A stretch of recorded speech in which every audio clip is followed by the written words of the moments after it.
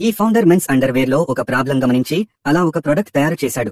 ఇది ఇప్పుడు Jackie brand ను ఛాలెంజ్ చేస్తోంది. నేను ఇప్పుడు దీన్ని అన్బాక్స్ చేస్తాను. ఇది 2017లో జరిగిన విషయం. యోగేష్ కాబ్రా యుఎస్ లోని జాబ్ వదిలి ఇండియాకు వచ్చారు ఫ్యామిలీ టెక్స్టైల్ బిజినెస్ లో చేరడానికి. కానీ ఒక రోజు అండర్వేర్ కొనుక్కోడానికి వెళ్ళినప్పుడు గమనించి అన్ని బ్రాండ్స్ ఒకేలా అండర్వేర్ అమ్ముతున్నాయని చూశారు. రంగులు, ఫైబర్, ఫిట్ అన్ని ఒకటే. ఆస్పిరేషనల్ మరియు ఆఫర్డబుల్ సెగ్మెంట్ లో ఒక్క బ్రాండ్ ఉంది, అది జాకీ, మరి అది కూడా యుఎస్ బ్రాండ్. ఈ విషయం మీద రీసెర్చ్ చేసినప్పుడు వారికి గేమ్ చేంజింగ్ విషయం తెలిసింది. మైక్రోమోడాల్ అంటే బీచ్వుడ్ స్ట్రీ పల్ప్ నుంచి తయారు చేశారు. కాటన్ కంటే 3 రెట్లు మృదువుగా ఉంటుంది, ఇంకా 50% ఎక్కువ తేమను శోషిస్తుంది. ఇండియన్ వాతావరణం కోసం సరిగ్గా సరిపోతుంది. ఇక్కడ వారికి $1 బిలియన్ అవకాశమే కిపిస్తుంది.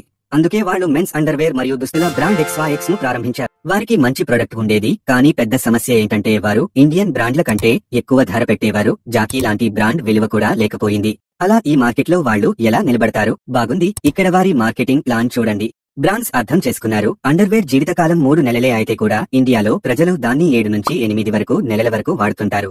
ఇంకా అండర్వేర్ మీద ఎక్స్పెరిమెంట్ చేయాలని వారు ఇష్టపడరు కాబట్టి బ్రాండ్ మార్చడం చాలా కష్టం. అందుకే వారు అండర్వేర్ లో బోల్డ్ కలర్స్, ప్యాటర్న్స్ పెట్టి యాంటీ ఓడర్ వంటి ఫీచర్స్ అందించారు.